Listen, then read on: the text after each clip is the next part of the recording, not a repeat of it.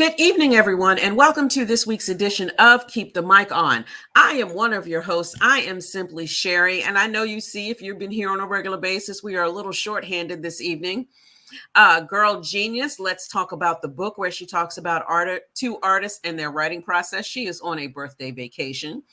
And Charity Blackwell, who does Art Plus Therapy, had another engagement and couldn't be here this evening, but we're going to keep this show going because that's what we do. If you've been here, you know that every week since the start of the pandemic, we have been here in conversation with an artist, with a creator, because these conversations have been important. We've gotten a lot of information. We have been told that this is a masterclass in arts and on all facets of the arts. My week is called From Behind the Microphone, which was last Sunday. So you can go back down the YouTube rabbit hole and check out some of our old episodes since we've started on StreamYard in May. All of our episodes are still live, so feel free to go back and go through and hear some of our prior conversations. Right now, I'm going to kick it to the one, the only, tonight's host, the one, the only, the first Black poet laureate of Alexandria, Virginia, KaNikki Jakarta. Thank you so much, Sherry. This has been awesome and amazing. And I say every week that I am excited about who we have coming on. But today we have a twofer. We have two people coming on, and I'm very excited to get these people, some information out about what just happened. So we're excited. We're excited. You'll find out why you should be. You should be. So I'm going to say this, and I say it. We've been here for 18 months. So this is the perfect opportunity to tell your mama and them that we are streaming right now. And I'm also going to say that every guest that we have on here, they take their time, they volunteer their time. So I'm going to say, be sure to support them, support us as well, because these platforms are not free. We do have to pay for them. So if you would like to support us, we are Keep the Mic On Cash App. You can join our Patreon and follow us on all social media at Keep the Mic On, so we can continue to keep the mic on. Yes. Yes. So I think we're going to get this thing started. So I'm going to tell y'all, this is my platform. It is called Poets and Platforms, where I interview poets who have platforms for all different types of arts. Tonight, I am happy to interview Crystal Lynn and Grada Love, who are the co-founders for the Renaissance, the DMV Renaissance Awards. It was created in February 2020 to celebrate local poets and all of their talent. But due to the pandemic, the DMV Renaissance Awards had to pivot a little bit, and mostly they were hosting a virtual open mic to begin their virtual poetry community, right? So they said, we're just going to flip it. We're going to do our virtual thing for like a year or so. So during the summer of 2020, the DMV nominated and voted for their favorite poets in 11 different categories. So due to the pandemic, again, the show had to be pre-recorded and held virtually. So, but the outpour of love and support was undeniable. So it's awesome because we just had the virtual streaming of it this past Saturday, and then here we are the next Sunday. So last week we had it, and here we are. We're going to be live with these awesome two people. So I'm going to bring them on right fast. Hey. So I am so happy to have you two on. You are amazing people, and I just want to say thank you from the hearts of all the poets in the DMV. So if you're watching from somewhere else, we call the DMV the DC, Maryland, and Virginia area. So I just want to thank you for all the poets. Thank you from all the poets.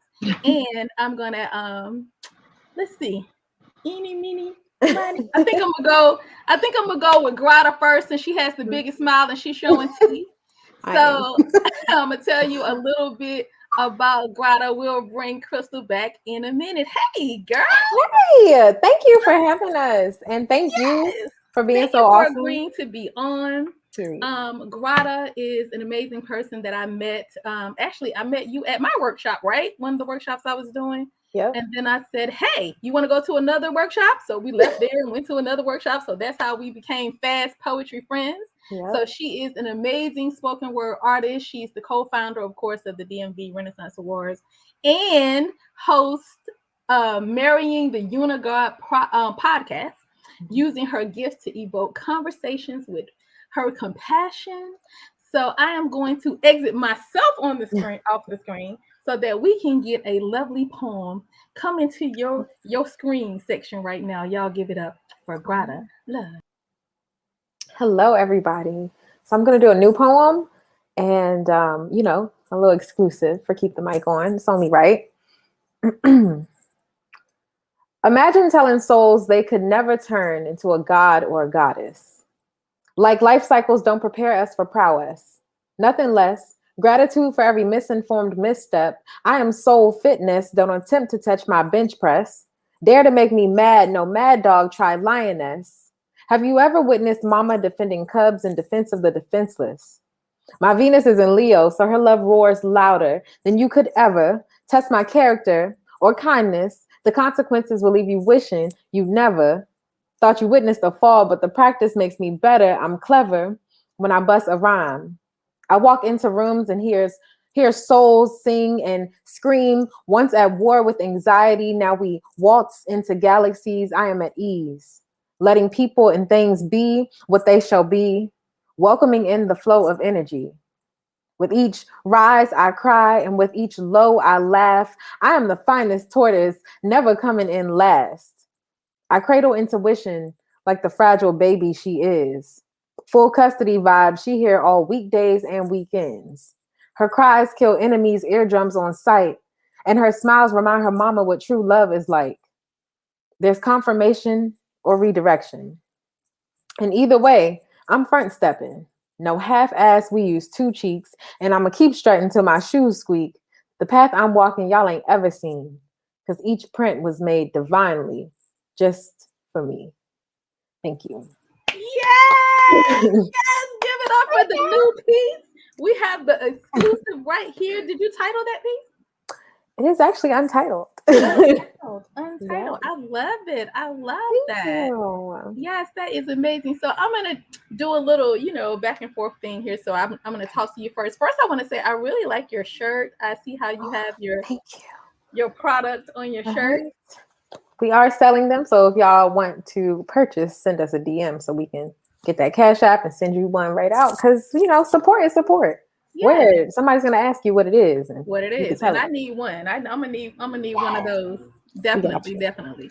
So I know you, but I don't know you. You know what I mean? Yeah. I mean, this is the purpose of having these type of interviews, right? Because what happens at a poetry venue, people hear your poem and then they want to know, how did you write that?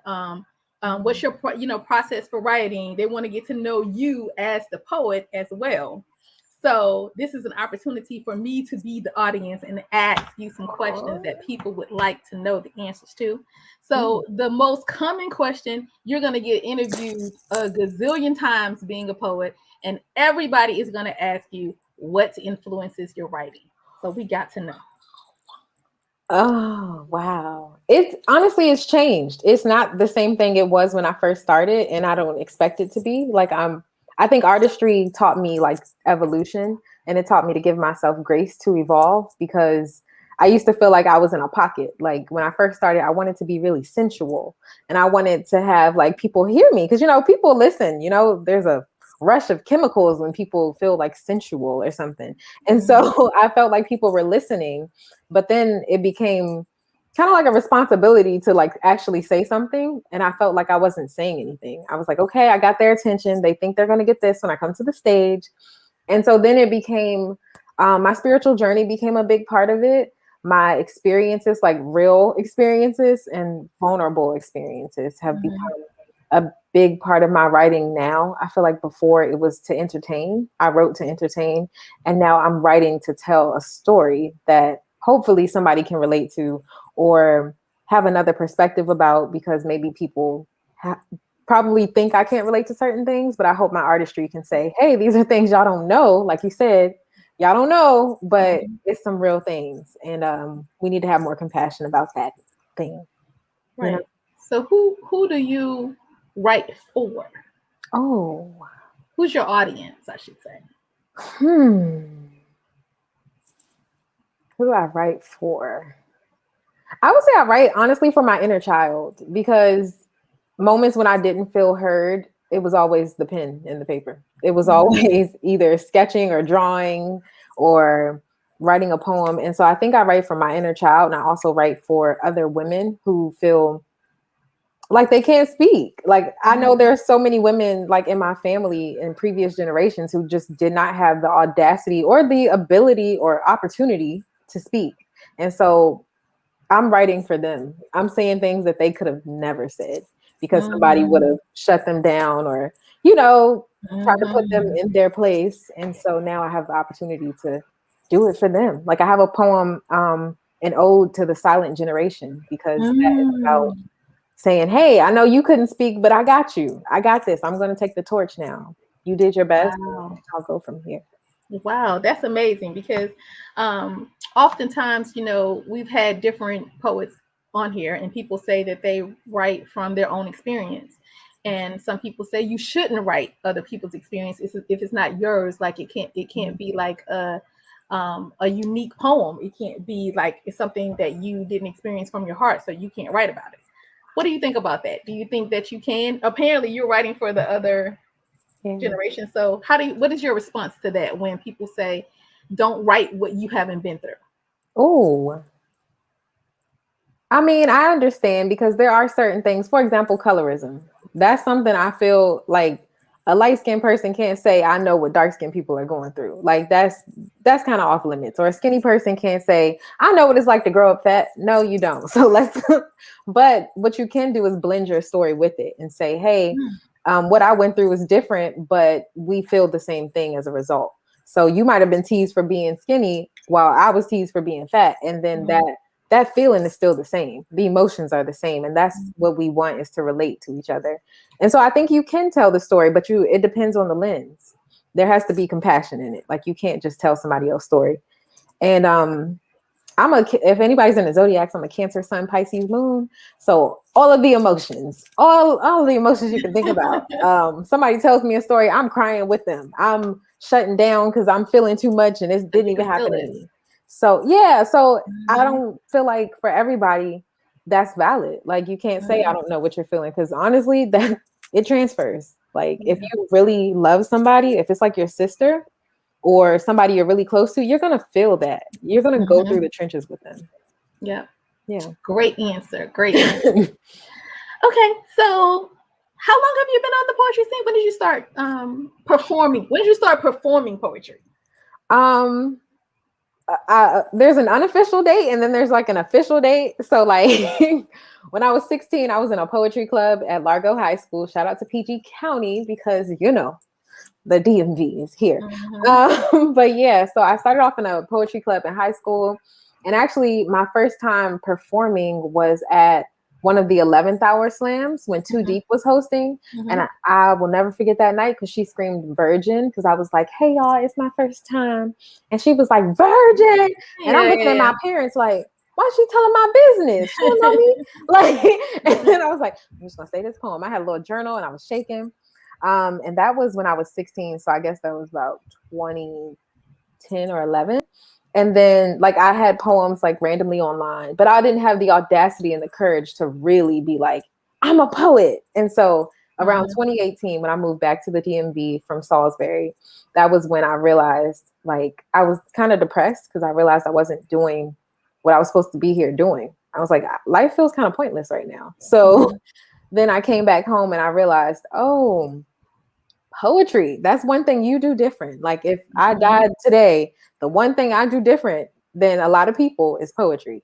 And I feel honored to have that gift. So around February 2018, that was a long explanation for when I started. That's great. That's great because I think it lets people know, like, sometimes you know how you found it, right? Mm-hmm. But you didn't quite know what to do with it. You found it in high school. Mm-hmm. You didn't quite know what to do with it.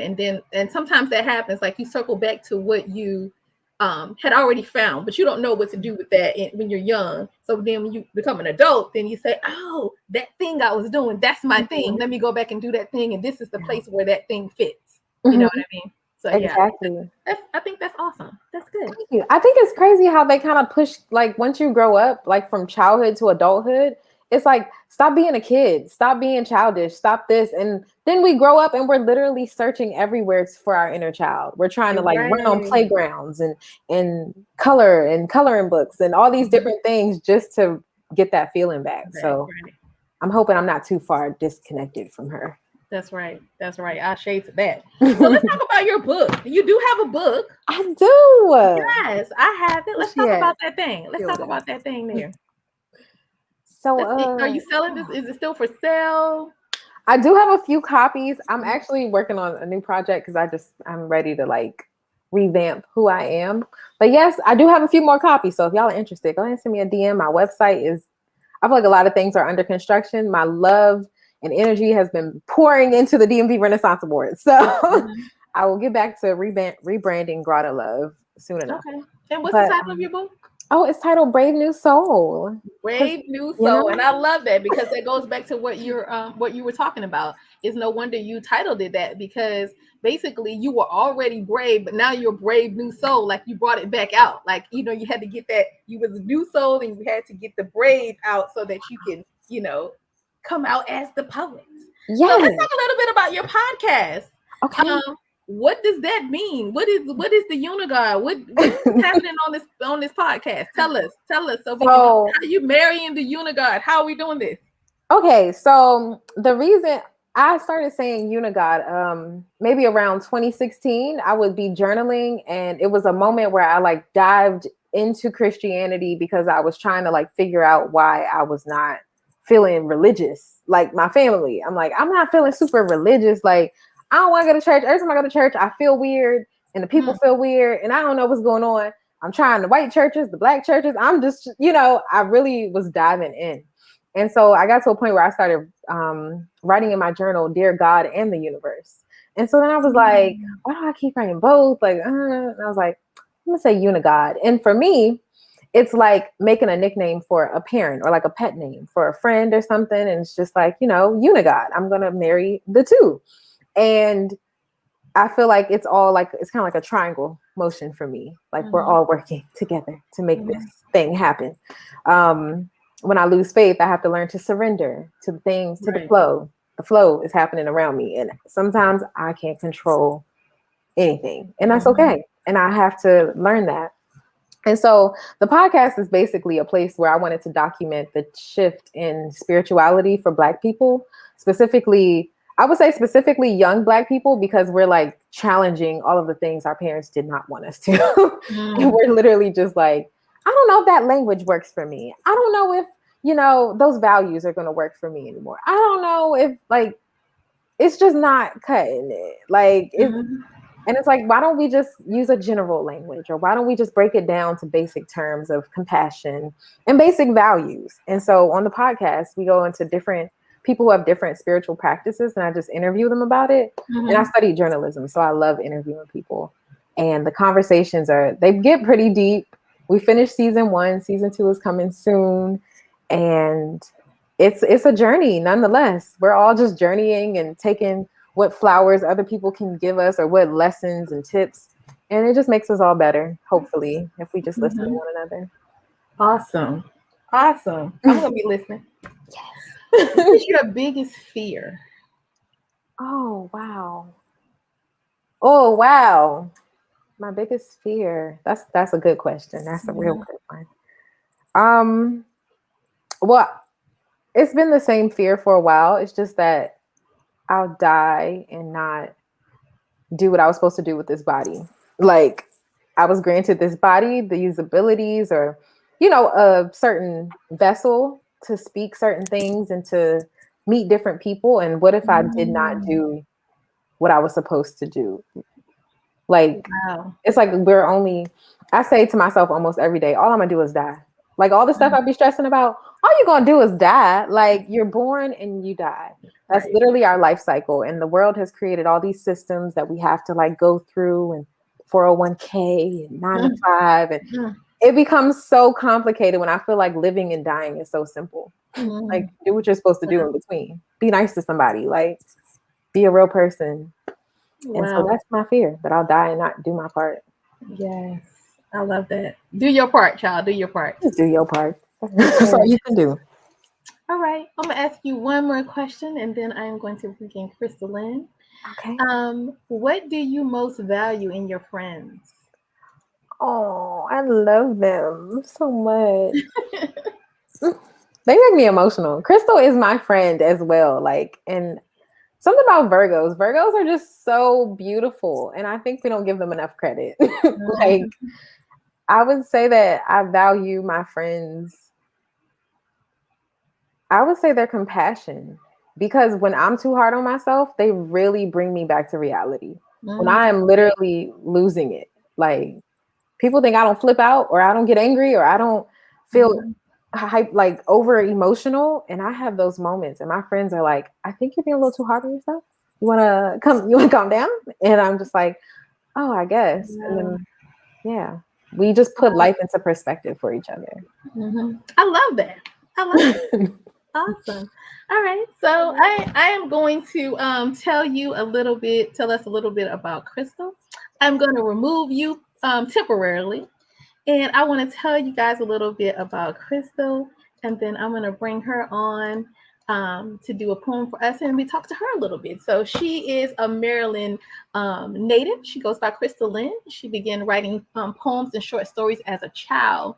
Her vivid imagination was the fuel to her creativity. However, becoming a young mother put a pause on those writing dreams. And as her children grew, the compassion to create never died. She decided to visit an open mic in 2017 in October. And since then, she has performed in Virginia, DC, New York, and Texas. Poetry has opened the door to modeling and acting. And of course, she's also the co-founder of the DMV Renaissance Awards and the business owner of Shop Drip Accessories. So we're going to find out a little bit more like that. Welcome to your screen, Crystal Lynn. I got my book. Oh, you got your book. That's the book. See, that's some friends right there. You better pull out your friend book. Yes. That's what I am talking about. Welcome. Thank you so much for joining us with the awesome. I see you right here. You got the edges going, got the ponytail. Okay. You know, baby hairs is like baby hair. you know, you gotta sprinkle it on it. It's like parsley. It gives it effect. You did that. So I'm going to welcome you to do a piece for us. I'm gonna remove myself. The screen belongs to you. Thank you. Thank you so much for having me.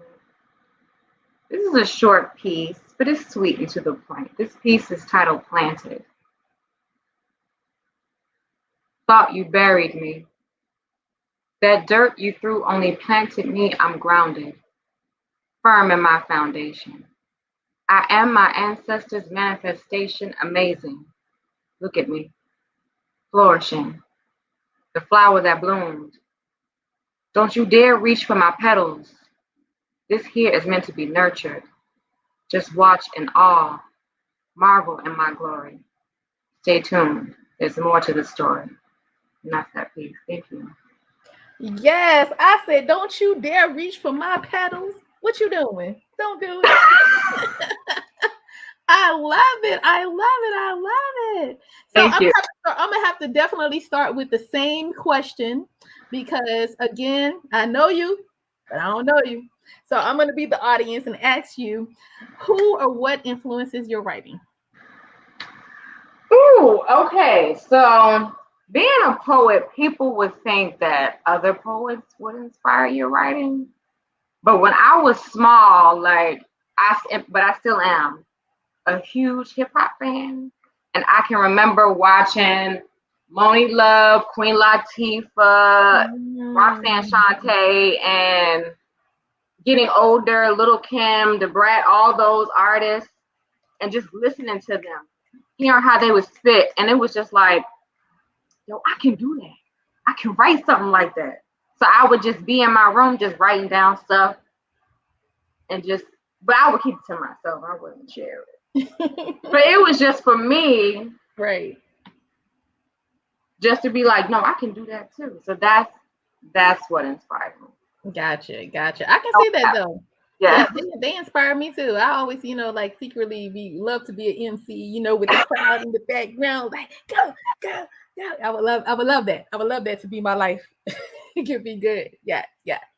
So is writing for you a spiritual practice? Is it therapy or hobby? When I started, it was therapy. I started journaling like middle school age. So I would just write down my thoughts. So it was therapy. Mm-hmm.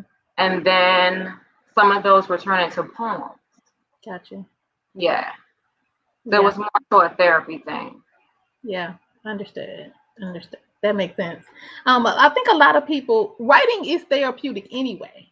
You know what I'm saying? Even the Bible says, write it down, make it plain. You know what I'm saying? That is even in the Bible, right? So that's how you manifest things. And, like with journaling, for me, I would always write questions in the back of my journal. And then periodically I'll go back to those journals and see if I can answer those questions. Like you already got the answer, right? So I was like, it's a good practice to do it. Okay. Yeah. You say, okay, you wasn't gonna do it now. You're gonna do it. Okay. I'm gonna do it. Okay. So let me see. I read something in your your bio, and I want to say it right. So what is shop drip accessories? I don't know about this. Tell me what this is and how can we support this? Tell us. So drip accessories. Okay, so right now it's under construction because we've been doing so much with DMV Renaissance. I didn't want to overwhelm myself. I like doing things once at a time. I don't want to burn myself out. So I've hired someone. We worked it out. Everything, and she said, "Well, you just hit me up when the awards is done, when you're ready, and we can get ready to go." So I debuted some of the accessories back at Poetry Party in July, and then I had a feature, and then I brought my stuff with me. Okay. So yeah, it's new. It's new. It's new. I do have an IG page for it. Okay. At Shop, at Shop Drip Accessories on IG. Okay. But yes. Yes. It's rolling out slowly. So this is basically, helping with your debut. So yes. I like it. I mean, I like the name. That's why I was like, let me find out about this, see what I can buy. Because I want to, Oh, thank you. Yeah. Yeah. Okay. Let me see. So you have children? I have children. How many children do you have, child? I have 2 kids. My daughter is 17 and my son is 11. Okay, awesome. So how do you juggle? Because every mama want to know. How are you at the poetry venue doing the DMV Renaissance Awards, doing the shop drip accessories? How? And being a mama, how do you juggle this? How is it happening? I'm going to tell you. I am truly blessed to have the support system that I have. My parents are super supportive. When I was filming the web series, when I tell you I was never home, I was never home. I was on set for hours and then I had to get up and work full 8-hour shift and then probably go to an event after that. So I was never home. But my parents were so supportive. My kids were staying over there. They were helping them with their school stuff just so I could follow my dreams. So having that support system is so important. Yeah. So we got to find our village. The village is very important. So yes, definitely. Yes. Okay. You have to. Yes. All right. What are you most afraid of?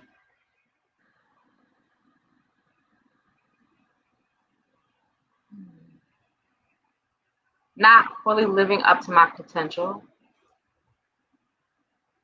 I can say having kids young. So knowing that I always had this gift but not doing anything with it. Allowing other people to tell me that there's no career in writing, there's no future in that. You have to get a real job to take care of your family. So listening to that. Yes, been there. And then getting married. And when I was with my husband, he's an artist as well. So it was always him supporting. For some reason, when it's a man, I really didn't want to go here, but we're going to do it. For some reason, when it's a man with a dream, everybody encourages that. Go, go, go. But when it's you as a woman and a mom, it's like. And a mom. Kids. What are you going to do with this? Why are you going to have that? You can't be doing that. You got that. So I was always like in the background, just with my kids and then supporting him. And then when things didn't go as planned in my marriage, and my kids now they're older, it's like, nah, you got to go out here. You got to go out here. You got to make it happen. Yeah, you do. You have to make it happen, because as a child, seeing that is something they can reach back for inspiration for. You understand what I'm saying? Because when I moved to this area, my mom was like very afraid of when I'm moving with her. And I was like, Mom, you moved out with 3 kids. You know what I'm saying? You know what I'm saying? You know, that's reaching back to see what she did. And I can do this by myself. I don't care if I got to eat oodles and noodles and cereal. Seriously. That's what, you know what I'm saying? That's what's going to happen. But because if you can do it with 3 kids, I know I can do it by myself, right? So that's what I'm saying, like being a child and seeing mama be on the hustle, you know what I mean?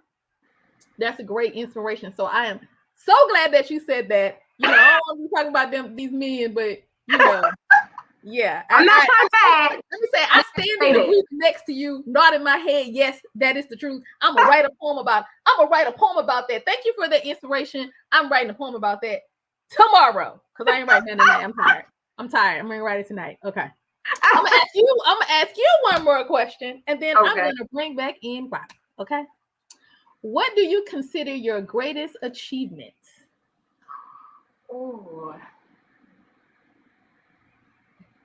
greatest achievement. It's not just like one that stands out. I'm gonna say this. Taking that leap. Just taking that leap will always be my greatest achievement. Because from that, I've met so many people that saw something in me that I didn't see in myself. And because I just took that leap and trusted the process, it took me so far. Right. I didn't really see this for myself. When I did a poem, it was just like, okay, you did your poem. I didn't see myself as putting on this platform or starting a series or starting my own accessory line and traveling to do poetry because people want to see me out in Texas. I never saw that. But just taking that leap. Right. Achievement. Excellent. Beautiful. Okay, just take the leap. I'm gonna bring back in Grada because I got some questions for everybody and things, I think. Yes. Okay. So yes. Hey y'all. Welcome back, Grada. Thank you. Yes.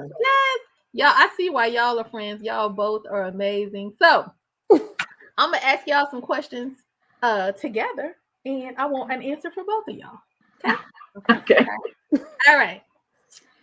What do you think the job of a host is, Crystal? Ooh.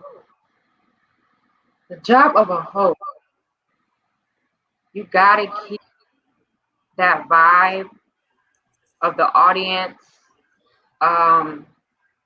you have to make the artist comfortable. You know, you have first timers that have never been on stage before that are completely shook.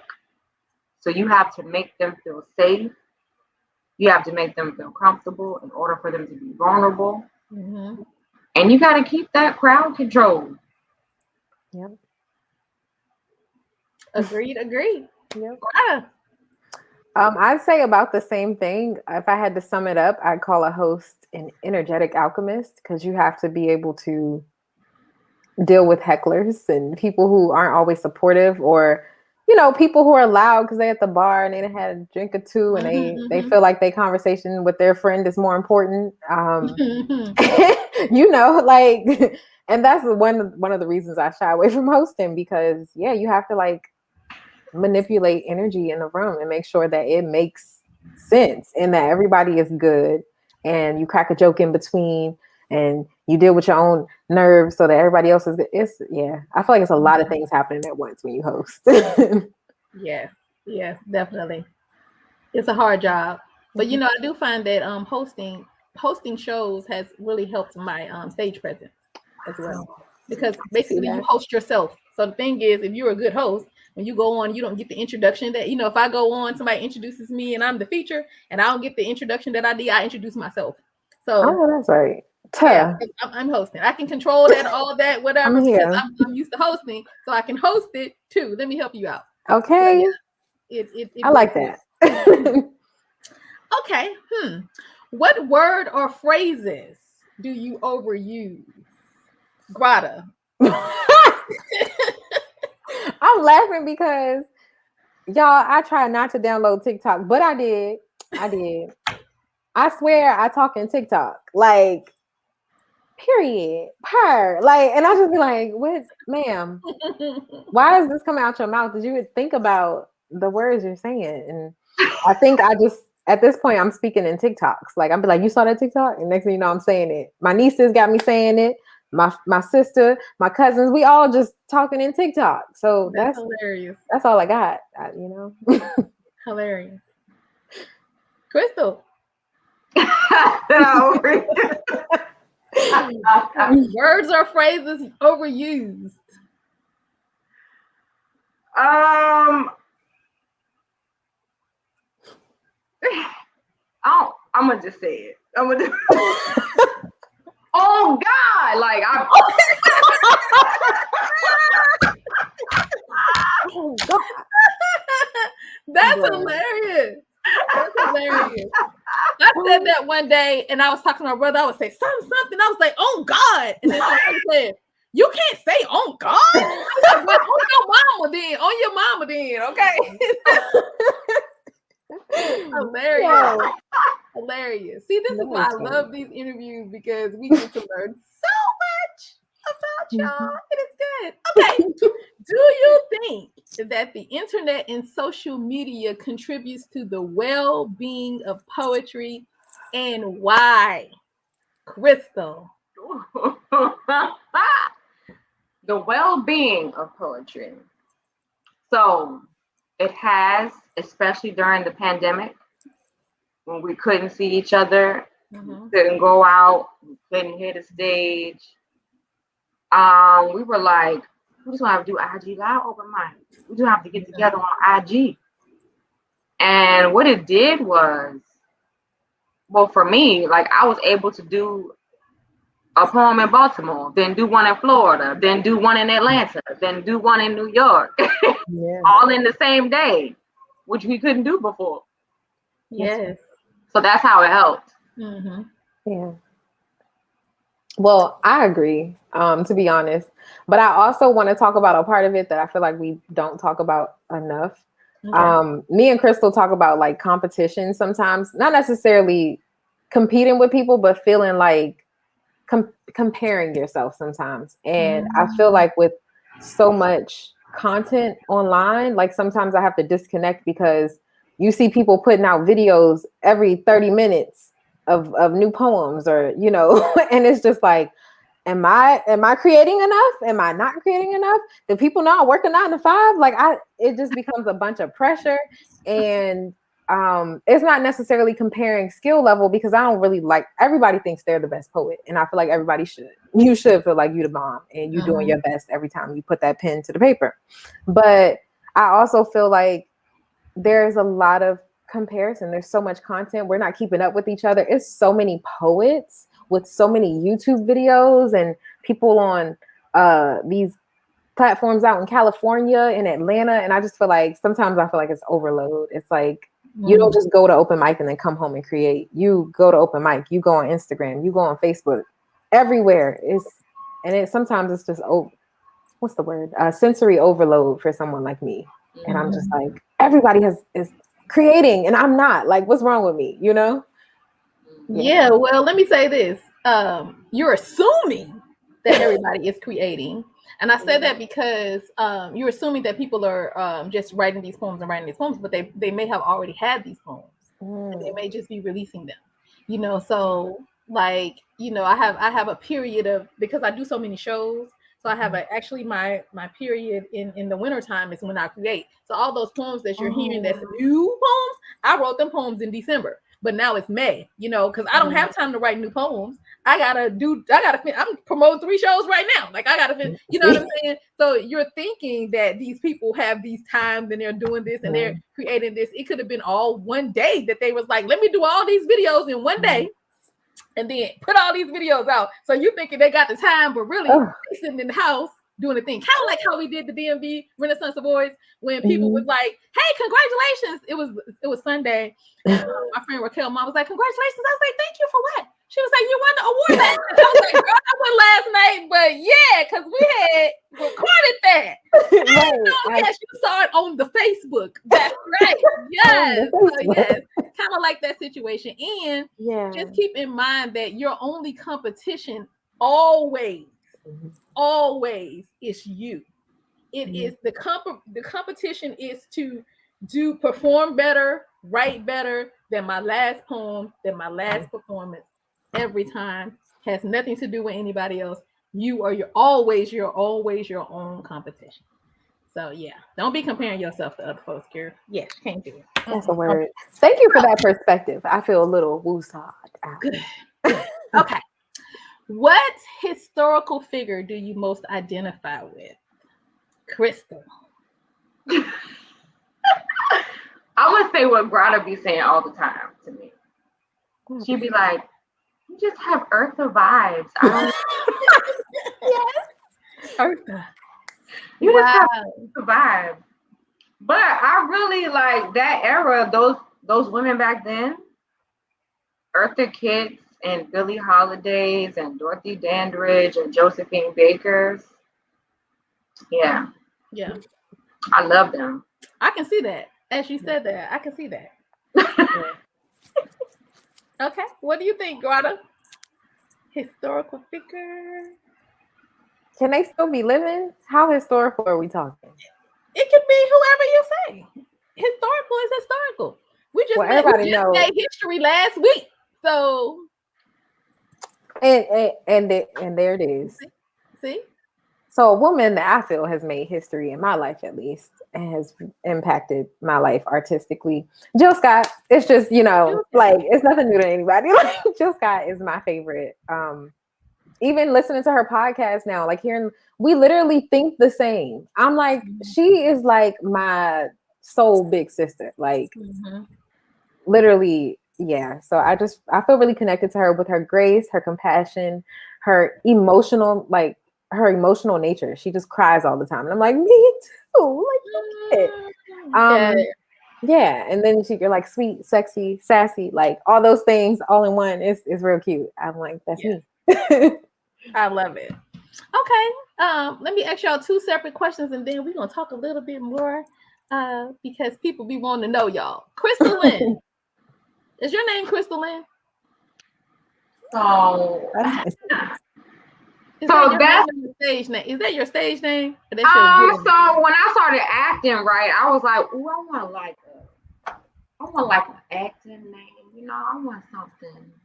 So that was for acting, but it just stayed with me. Okay. So Crystal Lynn is my middle name. My middle name is Lynette. But when I was younger, my auntie would always call me Crystal Lynn. Crystal Lynn. That's what she would say when I was younger. So Wow. I just got it from that.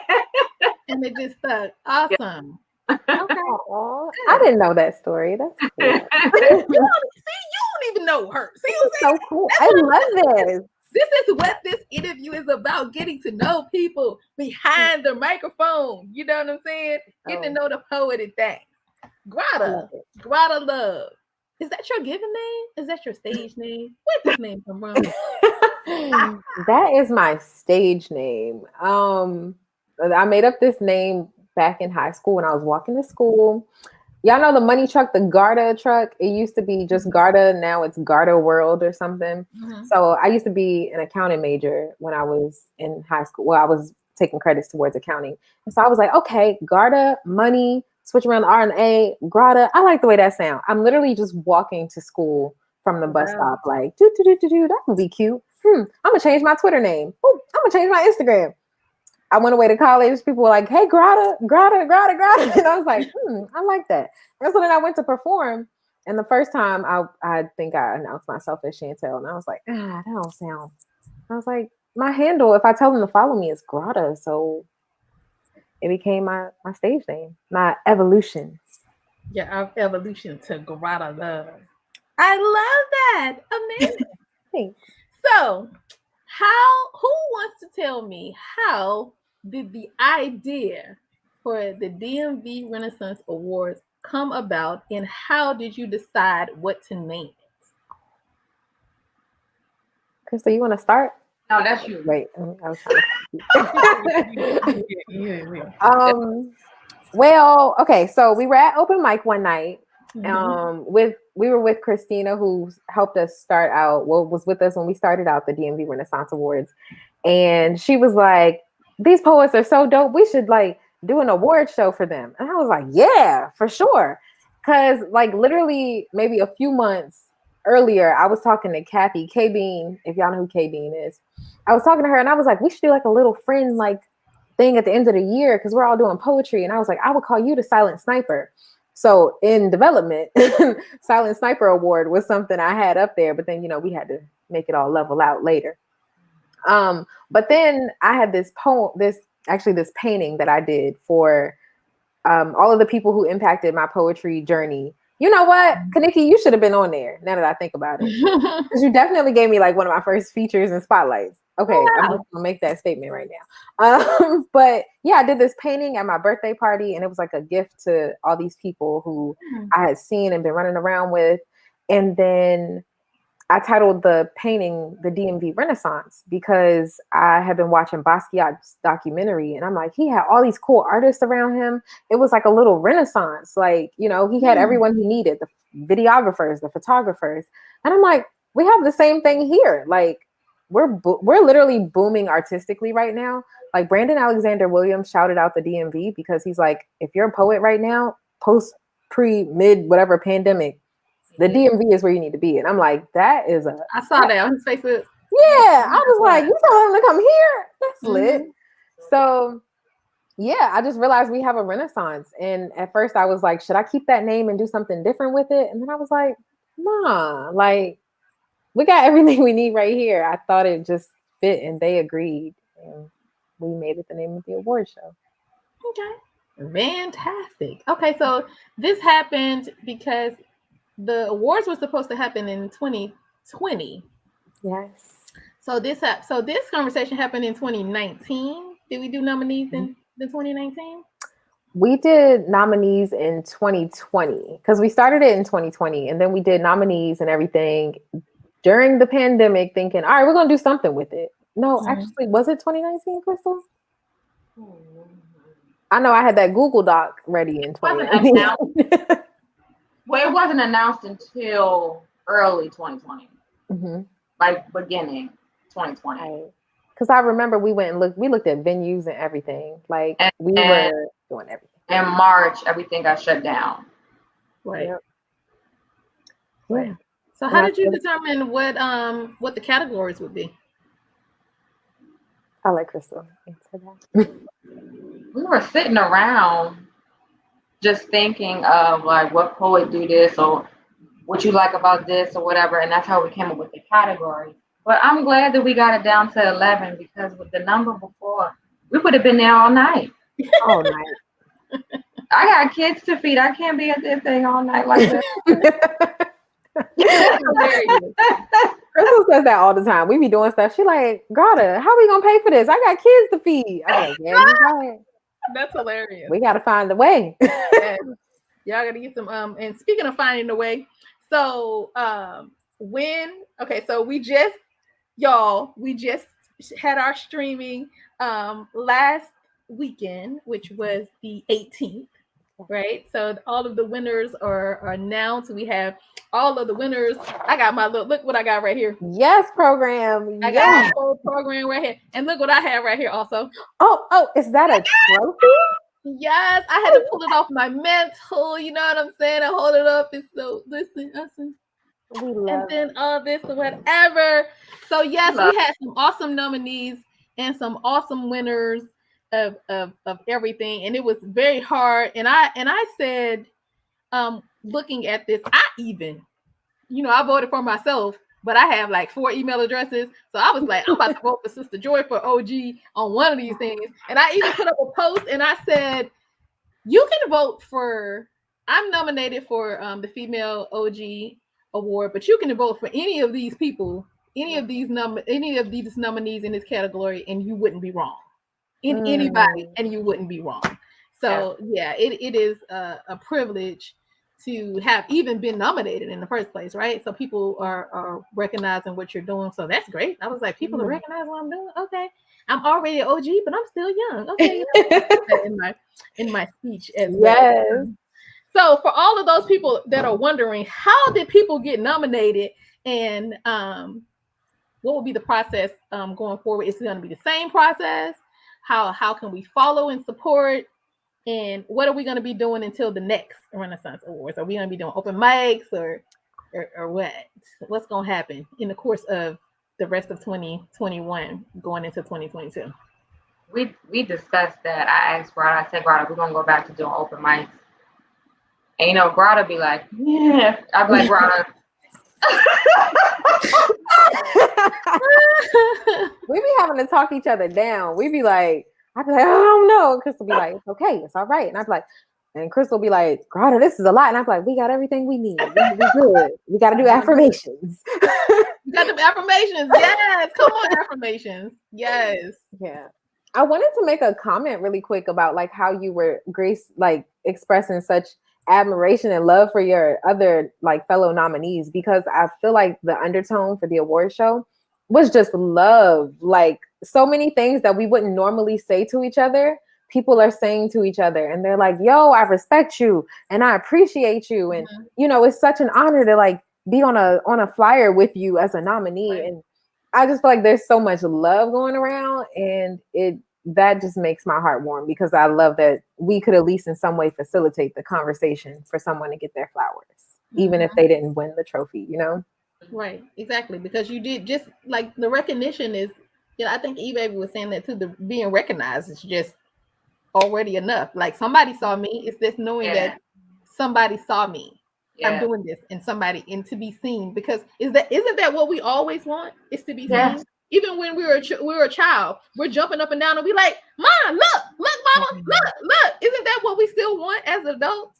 Right? We just want to be seen. Like, I'm doing this thing and I'm doing it well. Does somebody see me? That's it. So the nomination is just enough, really. You know what I'm saying? And to win is like, like it's kind of like when you're nominated, you're at the party, right? Yeah. But when you win, you get to cut the cake, like your name. But you were there, right? Everybody in here in the party. So so, like I said, thank y'all, because I know it took a lot to put this on, and I applaud you for not waiting. Like you say, taking that leap, because you could have moved it again to 2022. You could have said, well, we can't have it in person in 2021. So we have to move it now to 2022. And you're like, nope, we're gonna do this. I told her, I said, well, I don't know what's gonna happen. We gotta do it now. Right.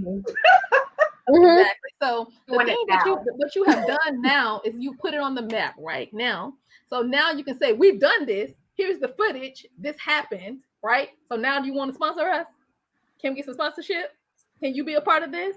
You know what I'm saying? Because Yep. it's done. We have winners. We have footage. We're showing. We have this. We have this. We've done it already. It was a success streaming live. So what's going to happen when we bring it? You know what I'm saying? And when 2022 come and they figure out how to get a Z pack for this COVID, everybody take the Z pack and some antibiotics, and we can go about our business. So when they figure out how to do that, then we can be, yes. So cool. Yes. So it'll be a lot different. I don't want to skip. I want to say, what do you want to tell anybody about how to follow you as individuals and how to follow the DMV Renaissance Awards as well? Well, I'll start with the DMV Renaissance Awards. Y'all can follow us on Instagram at DMV Renaissance Awards, spelled exactly like it. You can Google Renaissance if you need to. I understand. And Facebook, we're on Facebook, DMV Renaissance Awards, and our website is DMV Renaissance Awards. So feel free to go to our website and sign up for the newsletter. We'll put out emails when, the next round of nominees is time, or our open mics start coming back. So okay, you should sign up. I would do it. So, Crystal, you want to tell us how to follow you and things? Oh, Follow you, bro. Well, my Instagram. Oh, y'all, I'm so sorry. I almost yanked my headphones. Oh no. Y'all know how it is on technology. But my Instagram is grada.love, Grada, Grada like Prada, but with the G, because I'm a G, but don't forget the LOVE. So grada.love. It's so poetic. On Instagram. Yeah, I'm not really on Facebook much, so just hit me up on Instagram. Okay. Crystal, how do we follow you? Yeah, so you can follow me on IG at crystal.lynn1026. And I'm also mostly on IG, so just go ahead with the IG. crystal.lynn1026. Cool. All right, so I'm gonna ask y'all 2 more questions, and I'm gonna bring Simply Sherry back in and see if she has any questions. So I'm going to ask, since you guys are fairly still kind of new on the scene, but you've been featured places. So I want to know if you can shout out 2 places or 2 people that hosted you the best. That hosted me the best. They hosted you the best. They had when you got there, they had your seat ready. They had everything on your rider. The rider. They got your Dasani water. They got a spot for you. They introduced you well. They paid you well. Who are those people or those places? Tell me. Shout out your people. Come on. Okay. All right. So my first one that I can think of, my favorite feature ever was at Busboys and Poets in Hyattsville. And I believe it was DJ Dow's night. Okay. Which, I think it was very special because the audience, I don't know what was happening that night, but like I literally said like one line of one of my poems, and one of the waiters like screamed and was like, I love that poem. Yes. And I was just like, come on. And like that love just literally like it set the tone of the energy of my set. And I felt like it was one I had rehearsed for. I had planned my outfit in advance. I got paid. Like it was just such a good night. And it was so fresh for me. It was like one of those big moments where you realize I'm being rewarded for going after my dream. Yeah. And I think the second one that came to mind, I don't remember what event that was. What was the event you did in January at that really fancy place in Virginia? It was like a poetry reunion or something almost. Oh yeah, I'm doing that again in January. You are? Yeah, I am. It's already put Laureate on the calendar. We're gonna do it again. I can't wait to come. Oh, cool. Because it was called Don't Let It Happen to Poetry. Yes. That's what we're again in January. It just felt good. It felt so good to be there. I dressed up really fancy and the venue looked beautiful. I just felt so regal. And the feeling is more important than a lot of things for me. Like I want the quality of the feeling. Yeah, I think it's called the Morrison's house. The Morrison house. Yes. Yeah. Yeah. And my dad and Yeah, stepmom I came love it. through. It was Well, beautiful. come through in January. Come on. No, we gonna start it. You know what I'm saying? We'll be It's cool. there. Mhm. I'm gonna have water for everybody and strawberries. Oh yes. Come for strawberries. Yeah, and strawberries. And I can't promise no champagne because I ain't got no money yet. I need some sponsors. You know? That's what I'm saying. You have the strawberries. Did they hear that? Sponsors. Some sponsors. Some sponsors. Sponsor the poets. All right, Crystal, tell us. Okay, so first event that comes to mind was I first stepped onto the poetry scene, and Harvey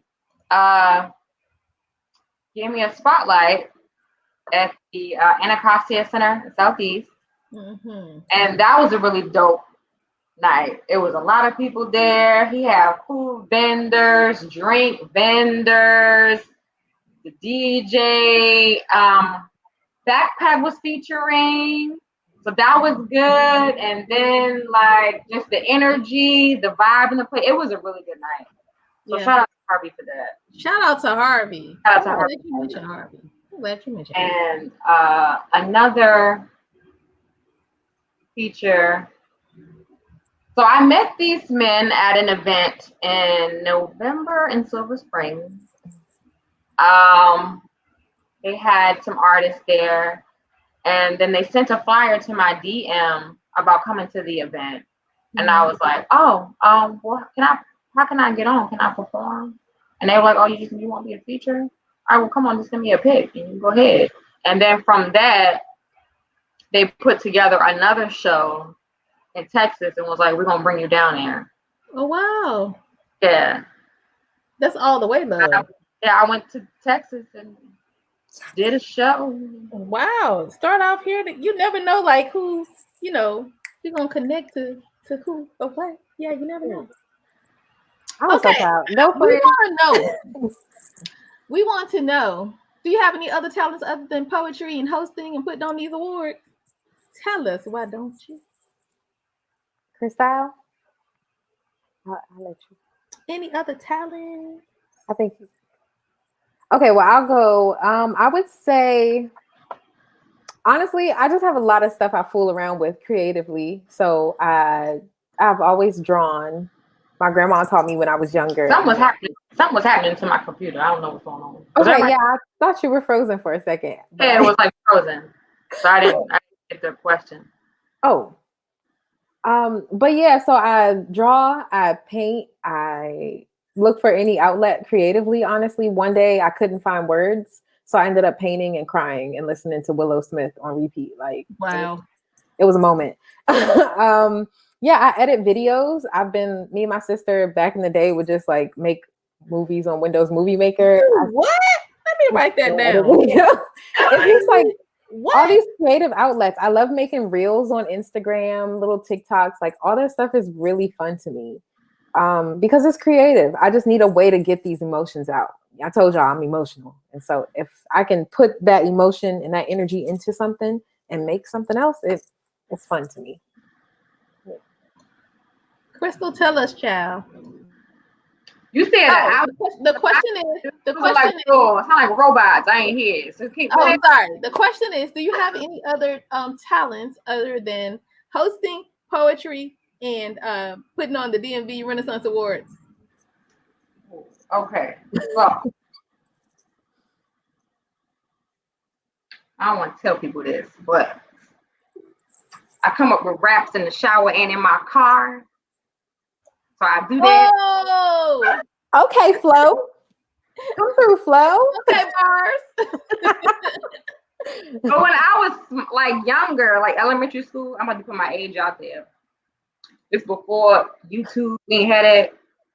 So I would make my father buy me blank tapes, and I would record myself on blank tapes. Oh like, yeah. People don't even know what tape is. What you talking about? They don't know what that means. Like, what is that? Record yourself on tape. What is tape? I don't understand. Yeah. They're like, I don't know. You mean tape? Like, what you tape up? Tape. So back in the day, kids, there was cassette. Yes. Okay. So I used to have my daddy go get me blank cassette tapes and put it in a player. and I would record myself doing talk show. I always wanted to be a talk show host. So I would have talk shows. I would have my Barbies and stuffed babies as my audience. And I did like 20 different voices. And I made up my topic. Yeah, I used to do that. This is too cute. And I too used to record myself on tape, trying fake singing. Oh yeah, I remember singing. Oh, I tried singing too. I don't know how we. Wow. Yes, I too used to do that. And that's how I used to also learn how, like, I would read whatever I had to learn. I used to do poetry in 3rd grade, and I used to record myself doing it, and then I would say it with the recording so I can learn it. So I can listen to the paper. Yeah, I need to do that some more. Some more. That's a great way to memorize this. We can do that with cell phones. That's how I do great chemistry. I am going to bring in my awesome co-hostess, Simply Sherry, who is the winner of the erotic poet of the year. Oh, I'm gonna bring her in too. But I want to ask y'all, DMV Renaissance Awards winner. But I do want to ask y'all, how did y'all meet and become friends? How did y'all make that decision? Oh, how nice.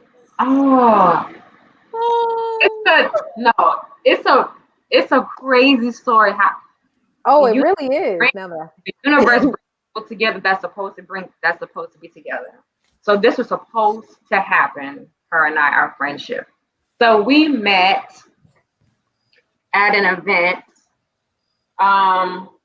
That Backpack Jeff used to have this group, and he would text all these events that were happening in the area. And the event was at, I forget where the location was, but it was at a library, and it was like portrait, like they had their poetries in a frame or something like that. Sister Joy was there. And we went. Yep. Yeah, that event. And we went, and that's where I met Grada. And she did a piece, because we all were able to do our poems, and she did a piece, and I was like, oh. So then I went up to her, and we just started talking. You know how you just like, oh, I like your hair. Oh, I like your poem. You know? Yeah. But come to find out, when Grada and I started talking more, she was like, oh, so you used to live around here too? I was like, yeah, I lived around there. And she was like, do you know so-and-so? I was like, yeah, I know so-and-so. That was my little boyfriend in elementary school. She was like, that's my big brother.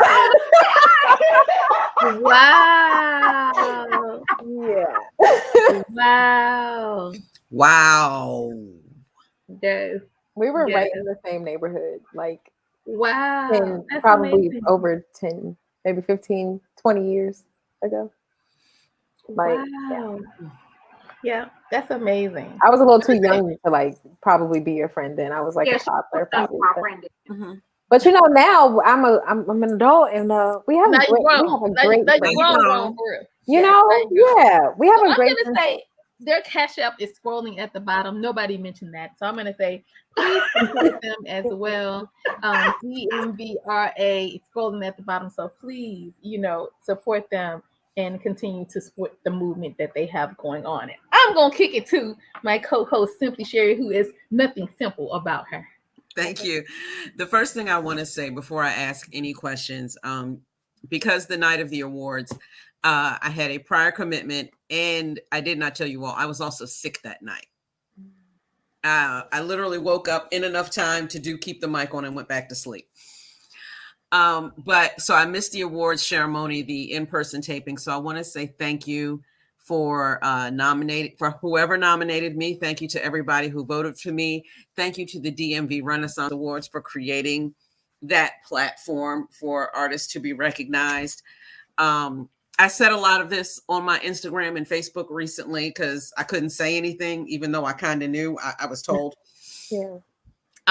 The other nominees are all phenomenal poets who have definitely come through the venues that I host, and I love each and every one of them. I am humbled. I am truly humbled And I'm glad I was not there, because I would have gotten on stage and fumbled the ball, because I would have been a loss for words. So thank you. You're welcome. The flowers are yours. The flowers are all yours. So my one question I've asked a lot of artists over the past year and a half is, since the start of the quarantine and with this change in our lifestyle, what are you doing for self-care? Either one of you, everybody take one. Anybody? What is that? At first, nothing. I'm gonna give you a moment to think about it, because I learned a very important lesson about self-care and what it can do for you. My mother is older. Looks good for her age, but has been not feeling her best physically and stressing because she was moving over the past 6 weeks. My daughter saw her about 2 weeks ago and noticed that her nails weren't done. And my mother always had her nails done, but at this point, it's like her nails hadn't been done. My daughter went to go see my mother today and did her nails. And my mother said, once I get my hair done on Friday, I will start to feel like myself again. Because her nails are done and her hair isn't done. And again, she's been going through a lot in the last, 6-8 weeks. So I know I wanted to make a post about this for my social media feeds, but I couldn't figure out, like, the lesson is take care of yourself, whatever, I guess, little bit there is, so that you continue to still feel good. And just my daughter coming over to sit there and do her nails, she was happy because her nails are done. So I love that. Care is important. Yeah, I love the story. But it happened today, and that message came back. She's like, once I get my hair done, I'll start feeling myself. And her hair appointment is on Friday. I'm like, yeah. Wow. Yeah. Now I feel inclined to ask myself every day, like, do you feel like yourself? And yeah, that's why I love to see her ask that question to artists, because we are people who don't do much for self-care. And then when every time she asks that, people are like, yeah. And it's a reminder that you need to do that. And it could be anything, because so as I mentioned, we were moving our parents, interstate move. So, and I have 2 sisters and both of my daughters are here. So this has just been stressful for everybody, trying to make sure that this gets done. I called my sister yesterday, just as like, how's everything going? You good? She's like, yeah, I'm good. She's like, what are you doing today? I'm sitting behind the sewing machine decompressing. I'm like, what are you doing today? She's like, I'm scrapbooking. We're doing the same thing. Yes. Okay. We are doing our decompression. Wow. So, so fine. Well, so I ask again, what are you doing for self-care? Now I have a real answer, because I'm like, okay, I got some context to work with. Yeah. I know that when I start to feel like I'm moving too fast, or I feel like I have too many things to do, so I tend to not do those decompressing moments or like taking a break. For me, it's putting on my beats, having a glass of wine, and painting. That's why I haven't really publicized painting, because I feel like the second I publicize it, like you said, we don't care for self, because creating sometimes for public consumption starts to feel like it's for others and not yourself. So painting is for me. I just play some good old alternative R&B and drink some wine and paint my night away and lose track of time. It feels great. Oh, that's beautiful. Crystal? I would say for me, so I remember a time feeling like, ugh. And I just went for a walk. Going for a walk, it actually helped me. Like, it changed my attitude and made me feel different. I felt better, and I just kept doing it. That's real. Oh, that's real. That's real. That's real. What would you like? So in your dream mind, I know this was the first year for the Renaissance Awards. What would you really like to see happen in the coming years with the awards show? I know mine already. Mine is, I know we've been getting a lot of comments and messages about people who want to do the same thing in their city. Somebody was like, I want to do this in Japan. Another person was like, we need this in Detroit. And I'm just like, well, now that we are, starting it out, if we could consult people or even like go be, consultants there and help them, because we don't know all the poets on that scene. But what we do know is now that we've done this, and once we do it a few more times, we'll know how to like help other people make this happen and celebrate their local poets.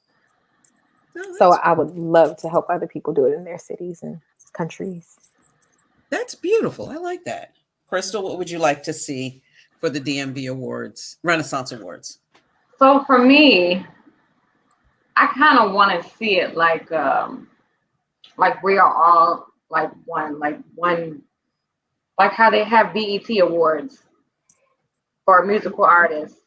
If we can have it like BET style for poets, and we're all just coming from all over to just one place and just having this big award show.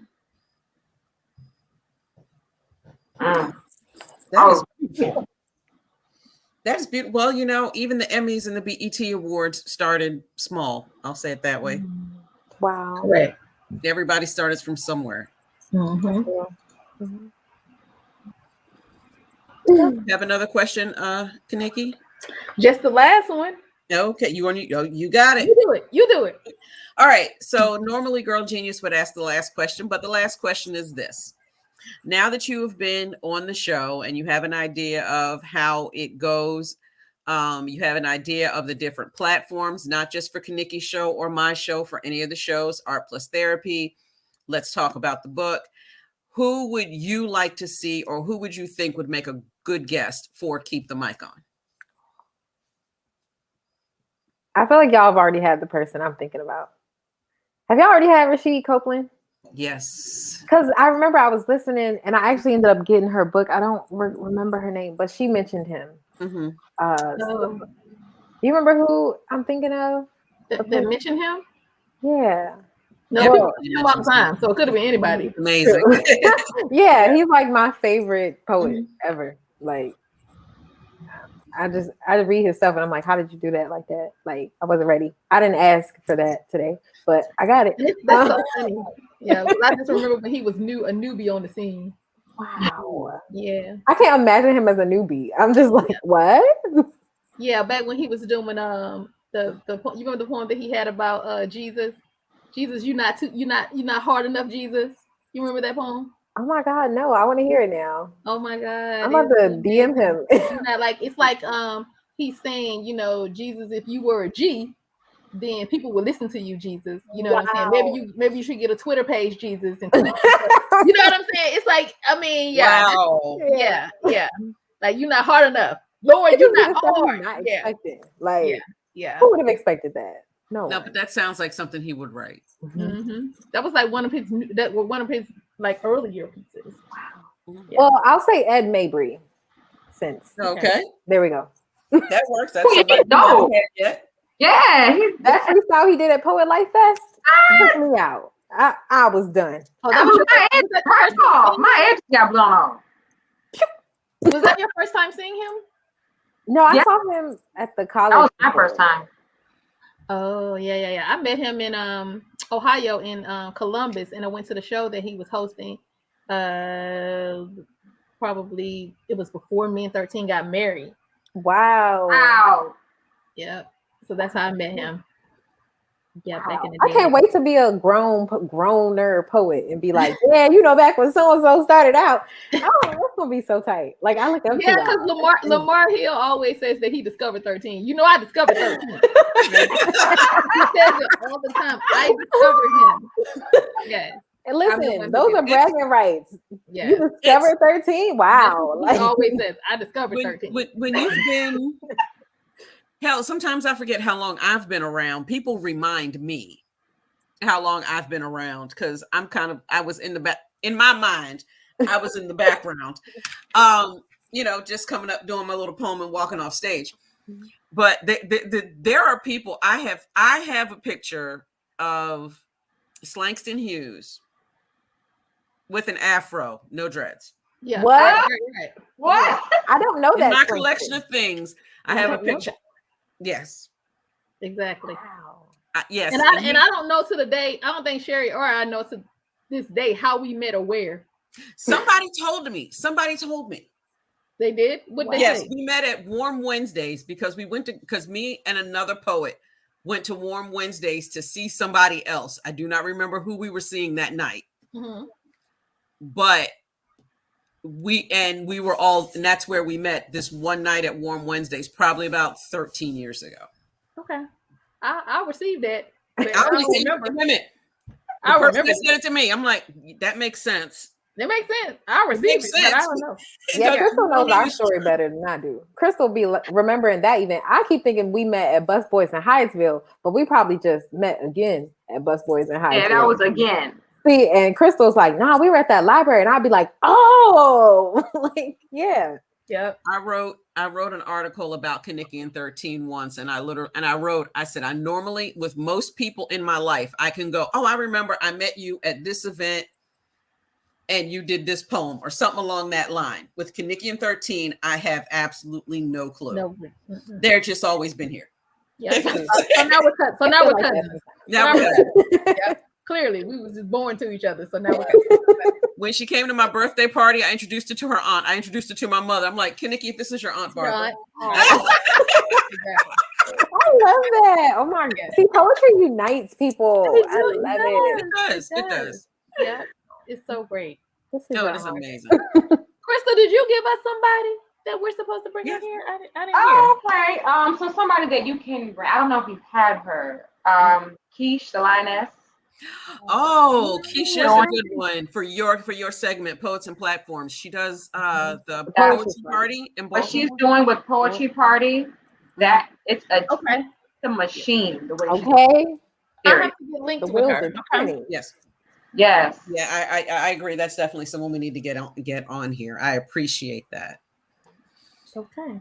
So the first thing I want to do is thank you, Grada, and thank you, Crystal, for being with us tonight. Yay! A round of applause. Due to a scheduling,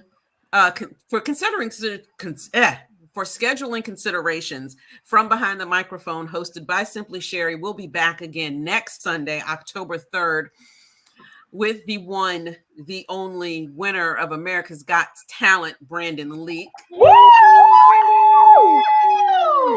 So please join us back again here next Sunday. Everyone, please, as I say every week, stay safe, wash your hands, keep your mask on, and stay well. That is the most important thing as everything. Please stay well. Everyone, have a good night. Bye.